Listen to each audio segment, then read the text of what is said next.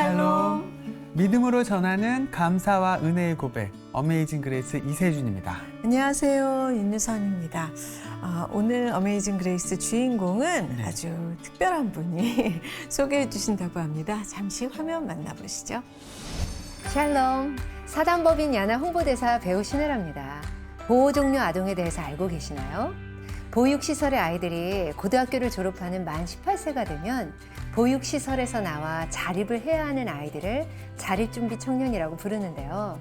보육원 문을 나서는 순간 세상 모든 풍파를 오롯이 혼자 감당해야 하는 아이들이 얼마나 두렵고 외로울까요? 그런데 아이들을 동생처럼, 형제처럼 돌보며 자립을 돕는 귀한 분이 계십니다. 이분이 바로 오늘 제가 소개해드리고 싶은 사회적 기업 브라더스 키퍼의 김성민 대표님입니다. 김성민 대표의 간증을 통해 더 많은 분들이 보호종료 아동에 대한 사랑의 마음을 품어 간절히 기도할 수 있게 되길 저도 기도하겠습니다. 네, 방금 신혜라 씨께서 소개해 주신 브라더스 키퍼의 김성민 대표님 모셨습니다. 어서 오세요. 네, 반갑습니다. 네, 반갑습니다. 나와주셔서 안녕하세요. 감사합니다. 대표님 응원하는 마음이 막 저희한테까지 느껴지는데 두 분이 도대체 무슨 사이세요? 신혜라 집사님과의 인연은 예. 거의 4년, 5년 전으로 이제 거슬러 올라가는데요. 네. 집사님께서 이제 유학을 했던 시절이 있으셨어요. 맞아요. 네, 그때 본인이 이제 한국에 오면 나는 어떤 일을 해야 될까라고 많이 고민을 하셨는데 네. 그 시기에 이제 저에게도 이제 신혜라 집사님께서 연락이 오셨어요. 만나고 싶다고. 네. 그런데 당시에 저는 방송국과 연예인의 연락을 거절했던 때였거든요. 왜요? 연예인들이 그렇게 못 살게 굴던가요? 왜냐면 방송국이나 연예인들과 무언가를 함께 하게 되면 사실 내가 잘났다라고 생각하실 수가 있잖아요. 그러니까 그런 것들을 좀 거부하고 싶었고 거절하고 싶었던 것 같아요. 네, 그랬는데 신혜라 집사님도 마찬가지로 다른 연예인을 거절하듯이 거절을 했었는데요. 보통은 한두 번 거절하면 연락이 안 오시거든요. 근데 집사님은 3번, 4번 거절했는데도 불구하고 계속 연락이 오시더라고요. 그래서 이분은 굉장히 진정성이 있다라고 제가 많이 느꼈고 그러면서 집사님을 이렇게 함께 만났었는데 집사님이 당시에 저에게 그런 말씀을 하셨어요. 지금 보육원과 관련된 많은 어려운 상황들이 있는데 이걸 누군가는 알렸으면 좋겠는데 네. 그 일을 김성민 대표님께서 꼭 하셨으면 좋겠다라고 저한테 제안을 해주셨고 네. 사실 그 한마디가 어쩌면 제가 지금 이 자리에 나올 수 있는 네, 귀한 순간이나 시간들이 되었던 것 같습니다. 친구로서 자랑스러운 마음이 막 네. 친구 진짜 잘 주신 거 글쎄 말이에요. 네, 정말 배울 점이 많은 친구인데요. 대표님께서 또 사단법인 야나와 함께 또 연합해서 사역을 하고 계시다고 네, 들었습니다. 맞습니다. 어떤 일이죠? 야나에는요 굉장히 다양한 사역을 하고 있어요. 자립준비 청년뿐만 아니라 보육원 안에 있는 친구들, 한부모 가정, 그리고 입양과 관련된 다양한 일들을 하는데 특히 저희는 자립준비 청년들을 지원하고 돕는 역할을 하고 있어요. 그래서 야나에서 보육원이나 자립준비 청년들과 관련된 활동을 할 때 저희가 함께 동참하거나 혹은 저희가 자립준비 청년과 관련된 일을 할 때 야나에서 많은 지원과 도움을 해주시기도 합니다. 네. 거의 무슨 삼고초려예요. 그렇죠? 3번이나 거절하셨었는데 브라더스 키퍼, 이 회사 명예에도 굉장히 특별한 의미가 가득 담겨 있을 것 같습니다. 네, 맞습니다.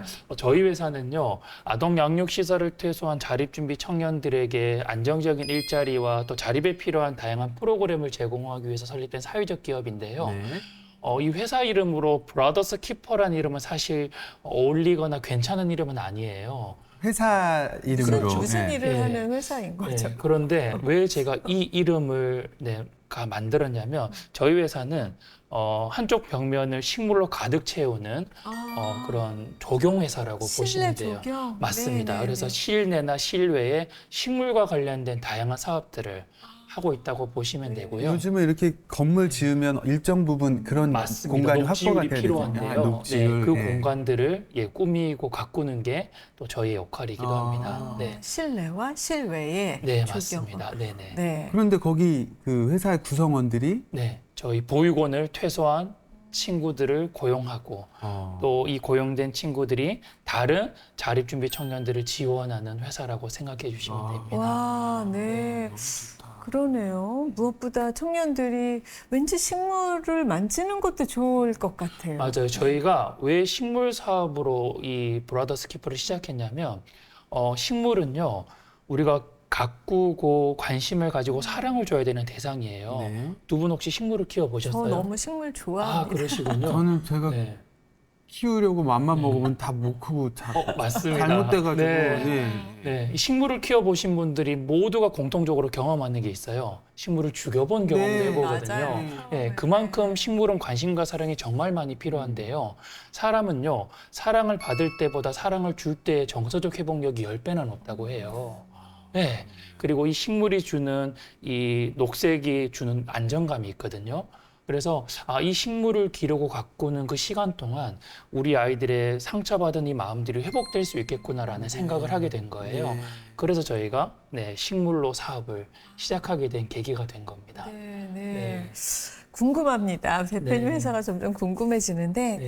대표님 어린 시절을 얘기를 안 할 수가 없네요. 네. 네. 대표님께서도 자립준비 청년이셨다면서요. 네, 맞습니다. 저도 3살에 저는 보육원에 입소를 했고요. 네. 소개해드렸던 김성민이라는 이름도 저희 보육원에서 만들어 주셨어요. 그리고 이 3살이라는 건 추정 나이입니다. 그러니까 저의 이름과 주민번호를 저는 전혀 가지고 있지 않았고 그 모든 것들을 보육원에서 만들어 주신 거죠. 사실 어린 시절에는 저는 경상북도 안동에 있는 보육원에 있었는데요. 네. 당시에 제 어린 시절을 떠올려 보면 정말 많이 굶고 많이 맞았던 기억밖에는 없었던 것 같아요. 보육시설 안에서. 네, 그렇죠. 그 안에서 굶기도 하는 건가요? 저희는 80명이 함께 생활했거든요. 네. 그런데 선생님이 2분 정도밖에 안 계셨어요. 그러니까 자연스럽게 형과 누나들 손에 클 수밖에 없었죠. 네. 형과 누나들이라고 해봐야 초등학생, 중학생, 고등학생일 거잖아요. 그러니까 이분들이 어떤 선한 생각이 있었겠어요. 그분들도 선배들로부터 계속해서 맞아왔을 테고 이 폭력이라는 게 자연스럽게 문화로 자리가 잡혀 있었던 것 같아요. 그리고 어린 시절에 뭐 굶었다기보다는 마음껏 먹지 못했다라는 말이 맞는 것 같아요. 밥을 뭐 2그릇 이상 먹을 수도 없었고, 그리고 반찬이라고 해봐야 사실 이렇게 풍성하거나 많은 것도 아니었거든요. 여름만 되면 오이냉국을 주로 먹었거든요. 네. 근데 이 오이냉국에 항상 고기가 떠 있었어요. 어떻게 오이 냉국에 네, 고기가 맞죠. 들어가죠? 네, 무슨 말이냐면 항상 파리가 떠 있었다는 어머. 거예요. 그래서 저희는 이제 우스갯소리로 고기 몇 마리 떠 있다 이렇게 이야기했었는데요. 어머. 네, 뭐 그리고 뭐 만두 파동이 있으면 저희 식판이 학교에서 받는 게 식판과 비슷했거든요. 네. 예, 찐만두, 구운 만두, 뭐 만둣국, 이런 한동안 무슨 네. 쓰레기 만두라 그래서 맞아요, 사람들이 맞아요. 만두를 기피할 때 그 그렇죠. 음식들이 다 그쪽으로 그렇죠. 갔거든요. 그런데 저희는 너무 감사하죠. 네. 그런 걸 마음껏 먹어볼 수 있는 기회가 없으니까요. 그리고 뭐 여름 방학이 되면 간식이라고 이제 주시는 게 옥수수나 감자 이제 삶은 것들이었어요. 네. 옥수수를 먹다가 보면 벌레가 굉장히 많았고, 뭐 그렇다고 해서 벌레가 많다고 해서 저희가 먹지 않을 수가 없었던 게 먹을 게 없었으니까 그거라도 꼭 먹어야겠다. 그래서 지금 제가 먹지 않은 게 3가지가 있거든요. 옥수수와 감자와 오이- 밀가루를 예. 먹지 않아요. 네, 어렸을 때 그 기억이 좋지 않은 기억들이 있어서 그래도 오이냉국은 극복하셨나 봐요. 네, 오이냉국은 워낙 유쾌하게 저희가 이야기들을 해서 아니 지금 표현하셨지만 이런 이야기를 이렇게 유쾌하게 아무렇지도 않게 웃으면서 하시니까 네. 그냥 저희도 그냥 철없이 따라서 웃게 아니, 되는데 괜찮습니다. 네, 괜찮습니다. 가슴이 한 번 더 생각하면 가슴이 더 아픈 것 같아요. 네. 그 시절에는 그랬던 것 같아요. 그래서 제가 지금 대화를 하다 보면요. 사실 보통 사람들과 대화가 되지 않고요. 6.25를 경험하신 분들하고 대화를 하면요. 대화가 돼요. 네, 네. 네. 그래서 참, 내가 어떤 생활을 했나, 내가 어떤 삶을 살았나. 대표님 몇 년생이시죠? 저는 85년생이거든요. 이게 말이 되나요? 네. 와, 예. 아니 근데 보육원에서 가방에 칼을 넣어 가지고 다니던 시절도 있으시다고 들었어요. 제가 하나님을 만나기 전까지는 매일 맞고 매일 굶는 것들이 사실 저를 버린 부모님 때문이라고 생각했어요. 사실 제가 보육원에 어떻게 들어왔는지는 전혀 기억나지 않고 또 그런 상황들에 대해서 어디 이렇게 확인이 되거나 적혀 있는 건 아니에요. 그때 제 이름과 주민번호가 진짜가 아니라는 걸 처음 알게 됐는데 그때가 중학교 2학년 때였어요. 한창 예민한 나이에. 예.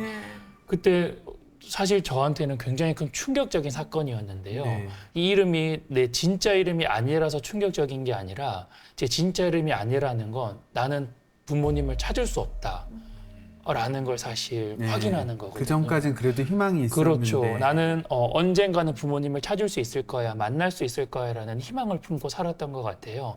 그런데 그 생활 기록부를 보고 나는 더 이상 부모님을 찾을 수가 없구나라고 생각이 들었고 그때부터 굉장히 보육원에 대한 원망도 크기도 했고 상황은 모르겠지만 부모님에 대한 원망이 정말 컸어요. 네. 그래서 제가 매일 맞고 매일 굶는 이런 모든 것들이 나를 버린 부모님 때문이라고 생각했던 것 같아요. 그래서 가방에 주방칼을 하나 이렇게 챙기고 다녔어요. 그걸로. 왜요? 네, 부모님을 만나면 꼭 복수를 해야겠다라고 생각했던 것 같아요. 네, 그때 제가 굉장히 큰 상처와 아픔을 품고 있었던 것 같아요.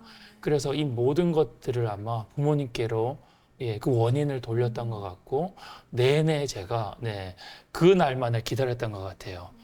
부모님을 만날 날만을 복수할 날만을 계속 기다렸던 것 같아요.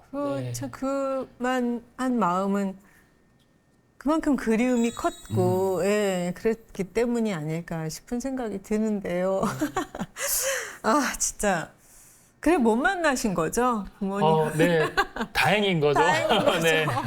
네, 아무튼 부모님을 만나지 못했고요. 만나지 네. 못하고, 여태까지 하나님은 안 만났고, 부모님을 만나기 전에 하나님을 만나신 걸까요? 네, 저는 어렸을 때에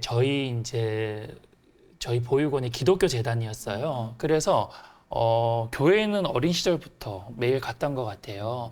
그런데 교회를 다닌다고 해서 하나님을 이렇게 만날 수 있는 건 아니더라고요. 저 같은 경우에는 집에서 매일 이렇게 혼내시고 때리던 선생님이 교회에서 이제 하나님의 말씀을 가르치셨으니까 이게 하나님의 말씀보다는 그냥 선생님의 이야기로 들리고 또 하나님이 만약에 있다고 하더라도 굉장히 무서운 분, 엄격하고 그렇게 굉장히, 가르치셨구나. 그렇죠. 아이들 컨트롤하려고. 굉장히 실수하거나 내가 혹은 뭔가 교회를 나오지 않거나 할 때 나를 굉장히 강하게 혼내시고 질책하시는 분으로 많이 느꼈던 것 같아요. 그러니까 하나님을 만난다라는 표현들은 저의 삶에서는 사실 거의 찾아보기 어려운 그런 이야기였던 것 같고요. 그런데 너무 감사하게도 고등학교 1학년 때 하나님을 진짜요? 만나게 됐어요. 어떻게 만나셨어요? 사실 하나님을 만나기 전에 저의 모습과 하나님을 만나고 나서의 저의 모습이 참 많이 바뀐 것 같은데요. 저희 집으로 어떤 청년부가 수련회를 왔어요. 그 보육원으로? 네, 저희 보육원으로. 그러니까 이분들이 수련회를 왔으면 이제 복음을 전하셔야 되잖아요. 그런데 그분들이 한 번도 복음을 전하시지 않으셨어요. 대신 어떻게 했냐면요. 제가 어떤 언어를 쓰든지 어떤 행동을 하든지 그 모든 것들을 받아주시더라고요. 저는 보육원에서 잘해도 맞았고 못해도 맞았거든요. 그런데 이분들은요. 제가 욕설을 해도 폭력을 써도 그냥 다 받아주시더라고요. 누군가가 나를 받아주고 사랑해주고 이해해준 경험은 처음 해보는 거예요. 근데 그 시간이 하루가 지나고 이틀이 지나고 3일이 지나면서 어떤 생각이 들었냐면 저한테는 그분들이 예수님처럼 보였고 저한테는 그분들이 천사처럼 보였던 거죠. 그러니까 그분들이 예배를 드리러 가는 그 시간을 통해서 저분들이 만나는 하나님을 나도 꼭 만나고 싶다라는 생각이 들었던 것 같아요. 그리고 한 3, 4일 정도 되었을 때 같이 예배에 한번 참석해 보게 됐거든요. 그때 이제 목사님께서 설교를 하시면서 이제 저희들에게 이런 이야기를 하셨어요. 우리가 우리의 죄를 하나님께 고백하지 않으면 우리는 절대 하나님을 만날 수 없습니다. 그래서 우리가 생각나든지 생각나지 않든지 우리의 죄를 고백하는 시간을 한번 가져봤으면 좋겠습니다라고 말씀하시더라고요. 그런데 저는 목사님께서 그 말씀을 하시기 전까지 저는 제가 죄인이라는 생각을 한 번도 해본 적이 없거든요. 난 피해자지. 그렇죠, 예. 맞아요. 죄인이라면 나를 때리고 이게 나를 못 살게 하는 선생님이나 형들이 죄인이지 나는 절대 죄인이 아니야라고 생각했거든요. 네. 그런데 그렇게 천사 같았던 그 수련회를 왔던 형과 누나들이요, 엉엉 울면서 기도를 하는 거예요. 본인들이 자기 죄인이라고. 죄를. 네. 이렇게 착하고 이렇게 천사 같은 분들이 이렇게 죄가 많다고? 그래서 자세히 한번 들어봤어요. 어떤 죄를 예. 고백하나. 예. 그랬더니 제가 죄라고 생각하지 않았던 정말 작은 실수까지도 막 고백을 하더라고요. 그래서 나도 한번 내가 떠오르는 한번 실수들 한번 고백을 해보고 싶다라고 해서 눈을 감고 한번 떠올려 봤더니 너무 놀랍게도요. 제가 지금까지는 학교에서 친구들을 괴롭히고 집에서 동생들을 때리고 괴롭히는 게 죄라고 생각한 적이 한 번도 없거든요. 항상 그때마다 나는 너희들보다 더 심하게 맞았어. 나는 너희들보다 더 힘든 시간들을 보냈어라고 생각했던 것 같아요. 네. 그런데 기도하는 그 순간에 제가 친구들을 때리고 동생들을 괴롭혔던 그 모든 시간들이 하나씩 하나씩 떠오르면서 고백하게 되더라고요. 그게 나의 죄였다라는 걸. 정말 그 수련회로 왔던 그분들처럼 눈물을 흘리지 않을 수가 없더라고요. 얼마나 제가 큰 죄인이었는지 깨닫게 되면서 그 시간들이 무르익을수록 마음에 이 평안함이 생기는 거예요. 그래서 하나님, 제가 어렸을 때 형들에게 매일 맞을 때마다 굶을 때마다 하나님께 그렇게 많이 기도했는데 그때는 하나님 한 번도 만나 주신 적이 없는데 지금 이렇게 평안한 마음을 주신 게 하나님을 만난 거라며, 네, 하나님, 왜 제가 보육원에 살아야 되고 왜 제가 이렇게 힘겹고 어려운 시간들을 보내야 되는지 그 이유를 좀 알려주셨으면 좋겠습니다 라고 다시 한번 기도를 하게 됐거든요. 이 평안한 마음이 하나님을 만난 거라면 하나님께서는 꼭 응답해 주실 거라고 생각을 했어요. 네.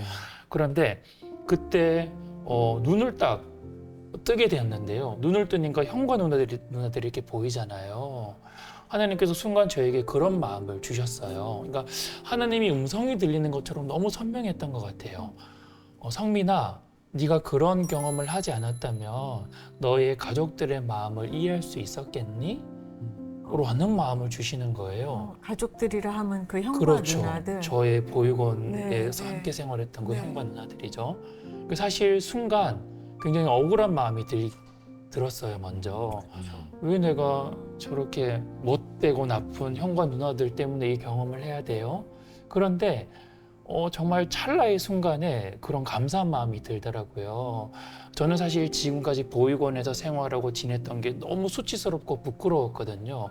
왜냐하면 학교에 가면 매일 놀림을 받고 네. 사회 나가도 사실 숨기고 감춰야 되는 거지 자랑할 만한 게 아니잖아요. 그런데 내가 선택해서 들어온 것도 아니고 제가 잘못해서 들어온 것도 아닌데 그러면 하나님께서 나를 선택하시고 나를 부르셔서 온 곳이구나라는 걸 사실 하나님을 만난 그때 어렴풋이 좀 느끼고 알게 됐어요.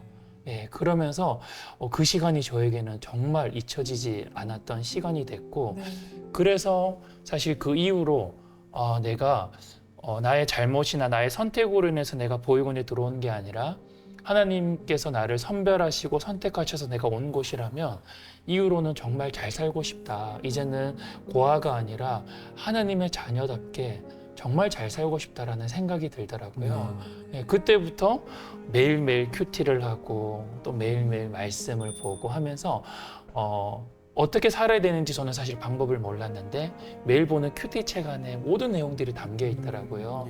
그래서 제가 모든 것들을 실천할 수 없지만 그래도 조금이라도 한번 실천해 보려고 많이 노력했던 것 같아요. 그래서 그 시간들, 그 순간들이 참 하나님께서 저에게 허락하신 가장 은혜의 시간이 아니었을까라고 생각해 보게 됩니다. 사실 그 보육원에서 정말 힘든 시기를 보내는 게 육체적으로 힘들지만 말씀하셨지만 이건 내가 선택한 것도 아니고 내 잘못도 아니고 나는 그냥 태어나 보니 이렇게 돼 있는 건데 왜 도대체 나는 무슨 잘못을 저질렀길래 내가 이렇게 살아. 이게 가장 힘들었을 것 같은데 이제 하나님이라는 위대한 존재의 계획 안에 있다라는 네. 그 마음이 드는 순간 진짜 너무 평안을 찾으셨을 것 같아요. 그렇죠. 네. 저는 이제 매일 큐티를 하면서 정말 여전히 저에게도 소중하고 특별한 말씀이 있는데요. 디모데전서 4장 4절 말씀이에요. 하나님께서 지으신 모든 것이 선함에 감사함으로 받으면 버릴 것이 없나니. 아멘. 저는 사실 이 말씀을 보기 전까지는요, 제 삶이 굉장히 쓸모가 없고 버려진 것 같은 그렇죠. 마음이죠. 마땅히 버려져야 마땅하다라고 저도 그렇게 생각했어요. 다른 사람들이 워낙 그렇게 저를 인식하니까요. 그러니까 사람들이 인식하는 만큼 제가 그렇게 느끼잖아요. 정말 저는 쓸데없고 쓸모없는 존재라고 생각했거든요. 그런데 이 말씀에요. 하나님께서 지으신 모든 것이 선하대요. 그럼 이 모든 것 안에 저도 포함이 되는 거잖아요. 그리고 더 나아가서요. 감사함으로 받으면 버릴 것이 없다고 하더라고요. 그러니까 제가 지나왔던 그 모든 시간들은 사실 너무 숨기고 감추고 싶은 시간인데 이 순간과 이 시간들을 감사함으로 받을 때 버릴 것이 하나도 없다고 하는 거예요. 근데 그 말씀이 사실 저에게 굉장히 큰 위로가 되기도 했고 굉장히 큰 힘이 되기도 했어요. 네. 그래서 지금까지도 그 말씀을 항상 가슴에 품고요. 네. 힘들고 어려운 순간들, 상황들이 생길 때마다 계속해서 묵상하고 있는 것 같습니다. 그러면 그때 이후로 가방에 든 칼도 버리시고 부모님을 용서하는 마음이 생기셨을까요? 그런데 그게 있더라고요. 저는 하나님을 만나면요. 세상이 바뀔 줄 알았어요. 그러니까요. 하나님을 만나면 안 계셨던 부모님도 저를 찾아오실 것 같고 친구들도 이제 안 놀릴 것 같고. 그렇죠. 네. 예, 맞아요. 말씀하신 것처럼 친구들도 저를 놀리지 않을 것 같고 또 저희 환경들도 바뀔 것 같고 그리고 제가 그동안 해보고 싶었는데 보육원에 있어서 못 해본 것들이 있잖아요. 그런 것들도 좀 마음껏 해볼 수 있는 기회가 생길 줄 알았는데 하나님을 만난다고 해서 세상이 바뀌는 게 아니더라고요. 여전히 세상은 그대로고 저는 여전히 과학이더라고요. 그게 참 마음이 힘들었어요. 네. 이렇게 그래서 믿음을 지켜가고 믿음의 이런 삶을 살아가는 게 그래서 어렵구나. 그때 이제 저에게 정말 큰 힘이 됐던 게 매일 했던 큐티였던 것 같고요. 사실 그 시간들이 조금씩 쌓여가면서 제 마음과 생각들이 지금의 마음과 생각처럼 바뀌어 갔던 것 같고요. 맞아요. 부모님을 제가 용서하고 부모님을 이해하는 그 시간들도 꽤 오랜 기간이 필요했던 것 같아요. 그리고 지금은 사실 저를 낳아주신 부모님이 너무 감사하고요. 오히려 제가 보육원에서 생활했기 때문에 어쩌면 하나님을 만난 게 아닐까? 그러면 저희 부모님도 큰 역할을 하신 거잖아요. 계획 안에서. 네, 그런 의미에서 참 감사하다라고 생각하고 있어요. 네. 사실 대표님이야 근데 그 보육원 안에서 그래 힘든 일을 겪는 와중에 그래도 하나님을 만나시고 마음의 평안도 찾고 그러셨지만 사실 거기 맞고 굶고 그게 일상인 그 많은 친구들은 생활 자체가 너무 힘드니까 내가 빨리 커가지고 여기 좀 벗어나면 좋겠다. 뭐 이런 생각들도 많이 할 것 같고. 그렇죠, 그렇죠. 저에게도 꿈이 한 가지 있다면 보육원을 빨리 나가는 것. 그리고 이 지옥 같은 곳을 빨리 벗어나고 싶다라는 게 사실 제가 보육원에 있었을 때 유일하게 꿨던 꿈이에요. 그런데 제가 보육원을 퇴소한 날이 막상 다가오니까요. 보육원을 나가는 게 너무 무섭더라고요. 왜냐면요. 저는 이제 선배들의 살아가는 소식을 이렇게 매일 들어왔거든요. 선배들이 굉장히 잘 살고 있고 정말 좋은 삶을 살고 있으면 저도 보육원을 퇴소하는 게 굉장히 기대가 될 것 같아요. 그런데 사실 보통 저희들에게 들려왔던 소식은 어떤 소식이었냐면 어떤 형은 또 경찰서에 잡혀갔대. 어떤 형은 이번에 또 교도소에 들어갔대. 어떤 누나는 그 누나 따라서 또 성매매하러 갔대. 뭐 이런 소식만 들리는 거예요. 제가 기대가 될까요? 두려워질까요? 그렇죠. 그럴 것 같아요. 너무 무서우셨을 것 같아요. 나도 저렇게 살아갈 수밖에 없겠구나라는 그냥 두려움이 저를 계속해서 이렇게 압박을 하는 거예요. 그래서 와, 보육원을 퇴소하는 게 정말 무섭고 두렵구나라는 걸 그때 처음 이제 느끼게 됐고 이제 고등학교를 이제 졸업하면 저희는 보육원을 퇴소해야 됐거든요. 네. 예. 실제로 고등학교를 딱 이렇게 졸업을 하고 나니까 졸업식이 딱 끝나고 나니까 원장 선생님께서 그런 말씀을 하시더라고요. 성민아, 너는 언제 나갈 거야? 이 말씀이 혹시 어떻게 들리세요? 빨리 나가라고. 그러니까 저는 당시에는요 너무 당연하게 들었어요. 왜냐하면 선배들도 다 그렇게 나갔으니까요. 네. 그런데 지금 와서 생각해 보니까요, 이게 얼마나 무책임한 말이었고. 그냥 내가 정해서 네. 네가 알아서 나가 이렇게 되는 네, 거네요. 그러니까요. 이게 우리 아이들에게는 얼마나 큰 압박이 느껴지고 힘겨운 시간이었을까. 저도 그때 굉장히 당혹스럽기도 했고요. 너무 당황스러웠거든요. 이런 상황이다 보니까 제가 퇴소하는 날이 굉장히 두려울 네. 수밖에 그러셨겠네요. 없는 거죠. 네, 네. 네. 진짜 세상이 호락호락하지 않고 전에 저희 방송에 출연해주신 어떤 분 말씀 들으니까 노숙자 중에 뭐 많은 분들이 보육원 출신이라고 네. 갈 데가 없고 막 하니까, 예. 그래서 저 진짜 굉장히 놀랐었는데 나와서의 그 후에 삶은 어떠셨는지. 그 자립금이라고 네. 있잖아요. 네. 그때는 금액이 어떻게 됐었죠? 자립 정착금이라고 있는데요. 퇴소를 하게 되면 이제 퇴소한 아이들에게 자립 정착금이 주어져요. 예. 당시에는 100만 원 정도의 자립 정착금이 있었습니다. 그런데 이거는 보육원에서 주는 게 아니라 시에서 이제 지급을 하는 건데요. 예. 당시에는 이게 의무 사항이 아니라 권고 사항이었어요. 그러니까 안 줘도 되는 돈이었던 거예요. 어머머, 그러니까 지방자치단체에서 예산이 부족하다 하면 가장 먼저 줄이는 게 그 돈이었던 거죠. 왜냐하면 이 돈은 안 줘도 누구도 목소리를 내지 않거든요. 예. 네. 그러니까 당시에 저희 시대 때 보육원을 퇴소한 분들은 사실 이런 정착금을 거의 받지 못했어요. 저 같은 경우에도 퇴소 당시에 받은 게 아니라 퇴소 후에 2년, 3년 정도가 지나서야 네. 그 돈을 받았거든요. 왜냐하면 그 돈의 존재를 몰랐으니까요. 네. 나중에 어떻게 알고 청구를 하신 그렇죠, 거예요? 맞아요. 나중에 저도 알게 되면서 그 돈을 받게 되었는데, 제가 자립할 당시에 그러니까 제 수중에는 돈이 정말 한 푼도 없었어요. 어떻게 하셨어요? 그럼에도 불구하고 네. 보육원을 나와야 되니까 네. 정말 막막하죠. 그래서 제가 제 짐을 한번 챙겨 보니까 백팩 가방 하나 정도가 이렇게 나오더라고요. 뭐 속옷 몇 장에 외투 몇 벌. 네, 챙기니까 정말 그냥 가방 하나가 나오는데 이제 살아가야 될 그 길이 너무 막막한 거예요. 어떻게 살아? 이게 현실적으로 네, 자립이 아니고 네. 또 버려지는 것 같네요. 네, 말씀하신 예. 것처럼 그래서 보육원을 퇴소한 친구들이 2번 버려졌다는 이야기를 아. 하거든요. 부모님에게서 보육원으로 한번 버려지고 보육원에서 세상으로 다시 한번 버려졌다라고 이렇게 이야기해요. 저도 아마 그때 2번 버려진 경험을 했던 것 같고요. 그런데 참 감사하게도 먼저 퇴소한 선배가요, 저에게 5만 원을 보내주셨어요. 어머나 세상에. 큰 돈은 아니었지만 이분에게는 정말 큰 돈일 거잖아요. 그래서 제가 퇴소할 때 제 수중에 있었던 돈이 5만 원이었어요. 네, 그 5만 원으로 또 선배들도 거의 서울에 있다라는 소식을 많이 들었기 때문에 무작정 서울로 왔어요. 처음 제가 도착한 곳이 강변 터미널이었거든요. 예, 그 차비를 하고 남은 돈이 한 2만 원, 3만 원 네. 정도가 되더라고요. 근데 제가 서울에 오면 무엇이라도 할 수 있을 거라고 생각을 했어요. 그런데 제가 보육원을 퇴소했을 때는 겨울 중에서도 가장 추운 겨울인 2월 달이거든요.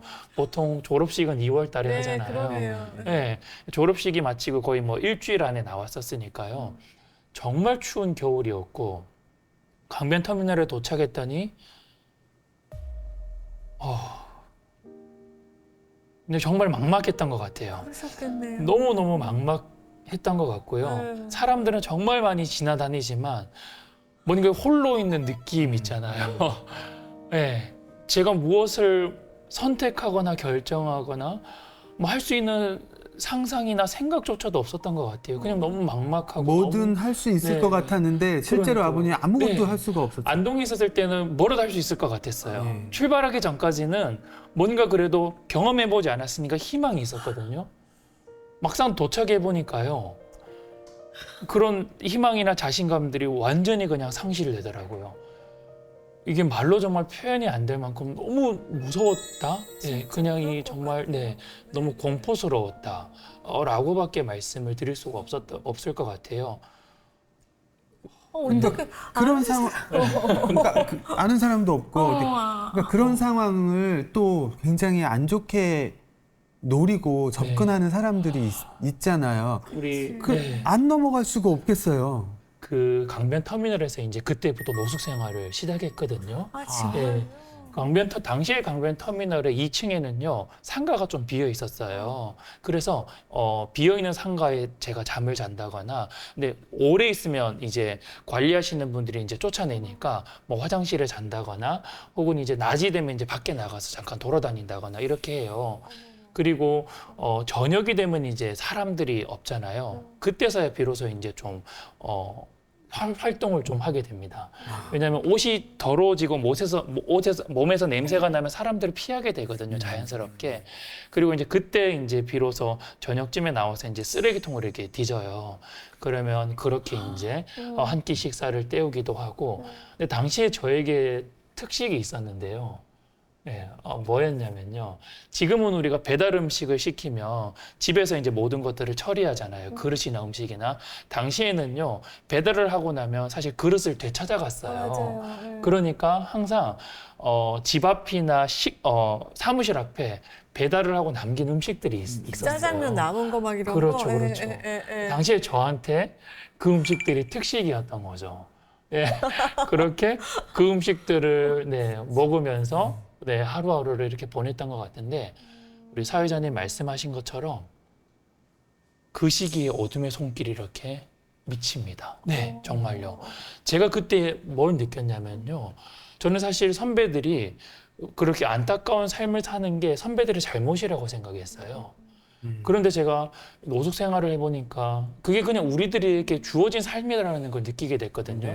예, 그렇게 저런 어둠의 손길들이 있을 때 손을 내밀었던 결과가 교도소나 경찰서나 성매매였구나라는 걸 그때 제가 처음 알게 된 거예요. 네. 진짜. 근데 지금은 감사한 일인데요. 당시에 저는 그렇게 생각했던 것 같아요. 내가 굶어 죽었으면 굶어 죽었지 절대 이 일은 하지 말아야겠다라고 생각했던 것 같아요. 어쩌면 제가 그 시기에 하나님을 외면했던 때이긴 했지만 하나님께서 나를 지켜주신 시간이라고 저는 생각하거든요. 그때는 하나님을 외면하셨어요? 제가 보육원을 퇴소할 때는요, 사실 하나님을 외면하고 있었을 때였어요. 왜냐하면 제 상황이, 제 삶이 너무 어려웠고, 저희 보육원에서도 굉장히 제 신앙이 이렇게 무너질 수밖에 없던 여러 상황들이 있었어요. 그런 경험을 하면서 하나님은 없어. 목사님도 또 말씀을 전하시는 모든 분들도 그냥 거짓말을 하는 걸 거야라고 생각이 들었던 것 같아요.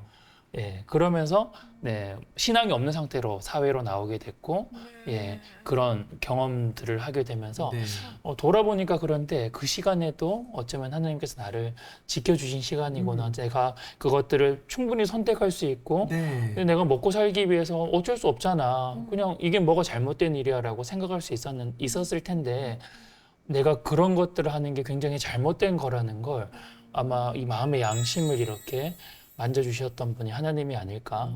아무튼 그렇게 생각을 하게 됩니다. 그러니까 하나님께서 그렇게 두지는 않으셨을 것 같거든요. 그냥 마음만 겨우 주시고 아무것도 더 이상 계획이 없지는 않으셨을 텐데 그 신앙은 어떻게 유지하셨어요? 이제 노숙 생활을 이제 6개월 정도 했었거든요. 근데 제가 2월부터 6개월 정도니까 6개월 정도가 지날 때쯤에는 따뜻해질 때예요.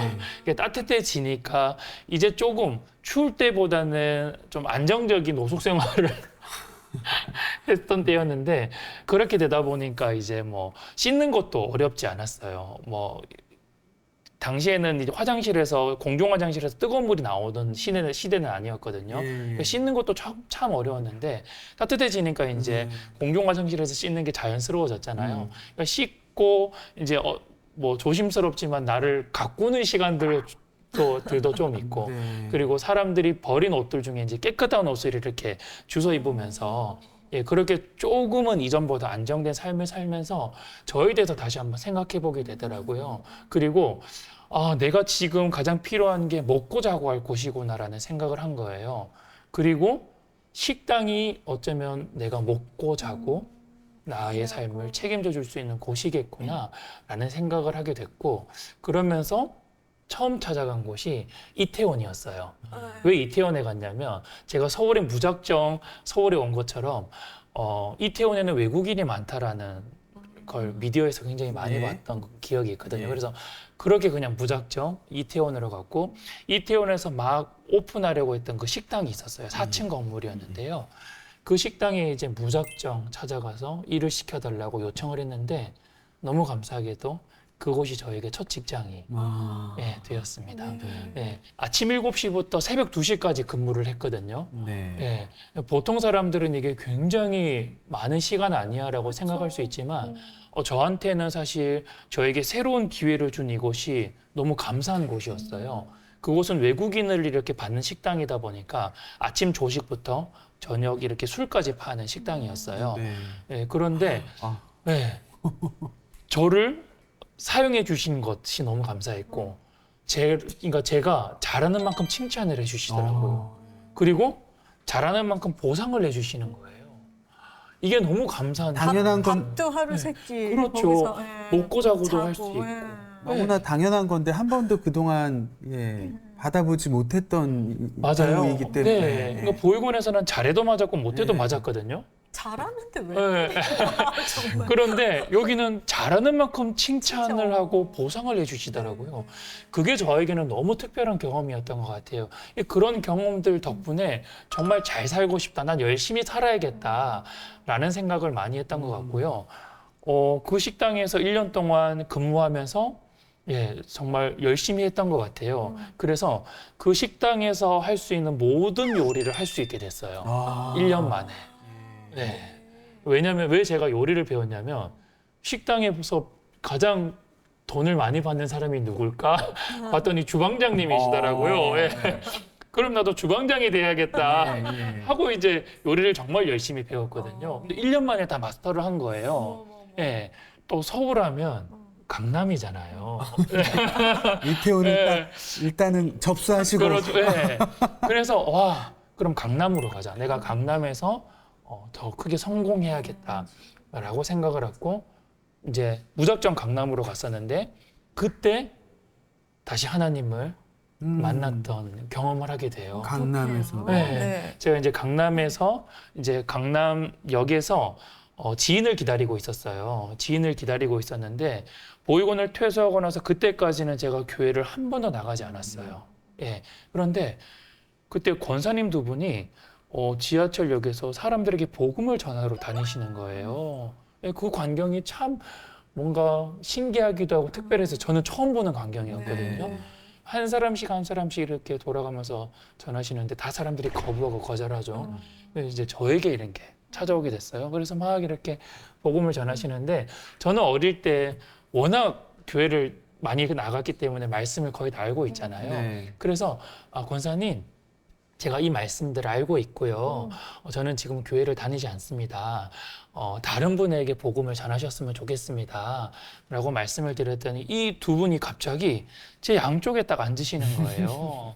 그리고 그런 말씀을 하시는 거예요. 하나님께서 오늘 한 사람을 보내주신다고 하셨는데 그게 당신인 것 같습니다.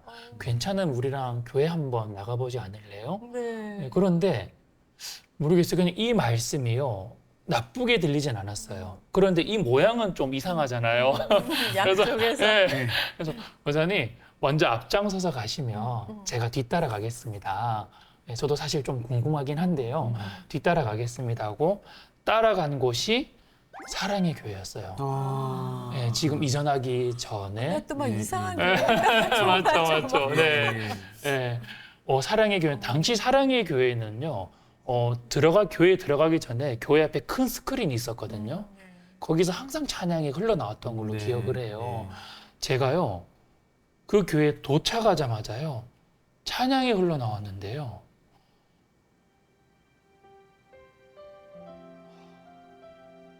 그 찬양을 듣자마자 눈물 콧물이 막 쏟아지기 시작하는 거예요. 그냥 그 상황이 너무 부끄러웠지만요, 이 눈물 콧물을 멈출 수가 없었어요. 이 포근함과 평안함과 뭔가 굉장히 큰 사랑이 많이 느껴졌던 것 같고, 네.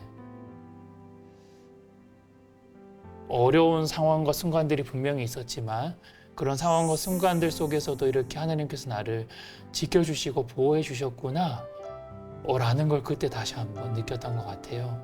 그래서 나에게 지금 가장 중요한 게 뭘까라는 생각을 다시 교회에 나가면서 생각이 들더라고요. 그래서 내가 지금 잘 먹고 잘 사는 것도 정말 중요하겠지만 내가 하나님을 처음 만났던 그 순간들, 그 시간들을 찾고 다시 하나님과 함께하는 이것이 내 삶에 있어서 가장 중요하겠구나라는 생각이 든 거예요. 그래서 제가 그 교회 근처에 방을 구하거든요. 제가 돈이 많은 게 아니었기 때문에 당시에 이제 고시원을 잡았어요. 그래서 교회랑 가장 가까운 곳에 고시원을 잡고 그때부터 다시 새벽 기도, 네, 그리고 저녁 예배, 주일 예배 이렇게 참석하면서 다시 하나님을 찾고 만나고 했던 시간들을 가지게 되었어요.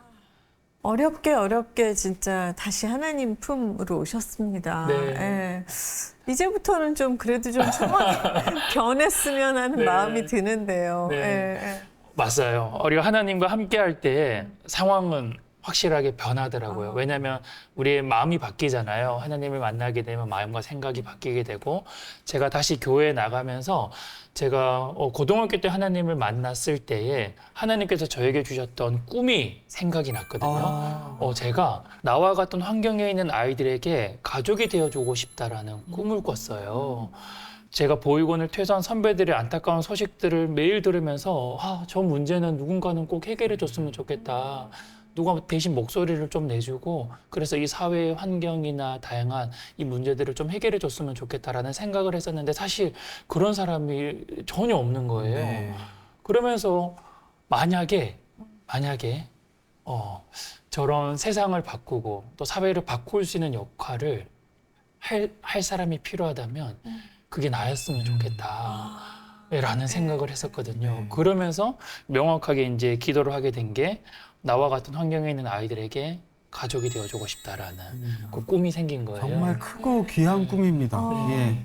그 상황에서 꿀 수 있는 가장 큰 꿈인 것 같아요. 네. 그래서 하나님께 주신 꿈이라고 확신을 하는 게 절대 제 생각에서 나올 수 없는 것들이거든요. 그래서 이건 하나님께서 주셨다고밖에 저는 확신할 수밖에 없더라고요. 근데 우리나라에서 이 꿈을 이루기 위해서는 꼭 대학을 가야 되더라고요. 네. 그래서 너무 두려웠어요. 먼저는 제가 대학을 간다라는 것 자체가 너무 두려웠고 머리가 좋지 않아서 대학을 갈 수 없었던 두려움도 있지만 사실 대학이라는 건 어떤 환경과 형편이 주어져야 되는 거잖아요. 저에게는 있는 것이 아무것도 없으니까요. 그래서 그때 문득 이제 원장님이 떠올랐고 원장님께 도움을 좀 요청을 했어요. 네, 원장님, 제가 이런 꿈이 있는데 괜찮으면 보육원에서 좀 도와주실 수 있나요? 라고 요청을 했더니 그러면 안동으로 다시 내려와라. 문제를 해결할 수 있는 게 아니라 방법을 한번 찾아보자. 네, 방법을 한번 찾아보자. 네. 그래서 저는 할 수 있는 게 아무것도 없으니까 그래도 원장님은 무엇이라도 해줄 수 있을까라고 저는 기대를 했고 보육원 근처에 방을 잡고 한번 방법을 찾아보기로 했어요. 그랬는데 제가 보육원에 이제 다시 돌아갔을 때 저희 보육원에 미국인들이 굉장히 많더라고요. 네, 미국인들이 일주일 동안 아이들하고 함께 생활하고 있었대요. 그런데 미국인들이 아이들과 함께 생활하면서 아이들과 놀고 아이들을 사랑해주는 그 모습을 보면서요. 사실 제가 저 일을 너무 하고 싶었거든요. 우리 아이들에게 가족이 되어주는 그 일을 너무 하고 싶었잖아요. 네, 제가 대학에 가고자 하는 목적도 저거였고 근데 원장 선생님께서 그 단체의 대표님을 연결해 주신 거예요. 네. 그러면서 너무 감사하게도 자연스럽게 제가 그 단체에서 일을 하게 됩니다. 그 단체가 어떤 단체였어요? 미국에 있는 비영리 단체였어요. 성교 단체이면서 비영리 단체였는데요. 그래서 여름 방학이나 겨울 방학 때 한국 보육원에 아이들을 만나면서 영어 캠프를 해주는 그런 단체였어요. 그러니까 이 영어는 매개체이고 거기 안에서 복음을 전하는 것이었죠. 그래서 제가 그 단체에 들어가면서 아이들을 만나고 아이들을 지원하고 아이들을 돕고 교육하는 일들을 하게 되었었고요. 예, 그러면서 이제 저의 어쩌면 하나님께서 허락하신 그 꿈을 이루기 위한 시작점이 바로 출발점이 그 시기가 되었습니다. 네. 그리고 제가 한 26살 정도가 되었을 때에 감사하게 대학을 가요. 네. 대학을 갔고, 예. 공부 진짜 열심히 하셨겠어요. 네, 그래서 제가 한번 여쭤보고 싶어요. 제가 아직까지 경계선 진흥장애처럼 보이시나요? 아니 저는 안 보이세요? 말이 네. 안 되는 아니 네. 아까부터 너무 아, 총명한데 그랬어요. 네. 아니 네. 뭐 어떤 테스트로 그 수치가 네. 나왔는지 모르겠지만 그걸 네. 다 믿을 수도 없고. 그래서 사실요, 아직까지 제가 IQ 검사를 다시 안 하고 있어요. 네. 저는 극복하고 이겨냈다라고 생각을 하는데요. 너무 감사하게 맞아요. 대학교 4년 내내 저는 장학금을 받고 와. 다녔어요. 네. 네. 그래서 사회복지 관련된 업무도 할 수 있었고 네. 교회에서 사역도 네. 할 수 있었는데요. 네. 그래서 대학교 갔을 때 참 특별했어요. 어떤 경험이 있었냐면 우리가 학교에 입학을 하면 MT를 가잖아요.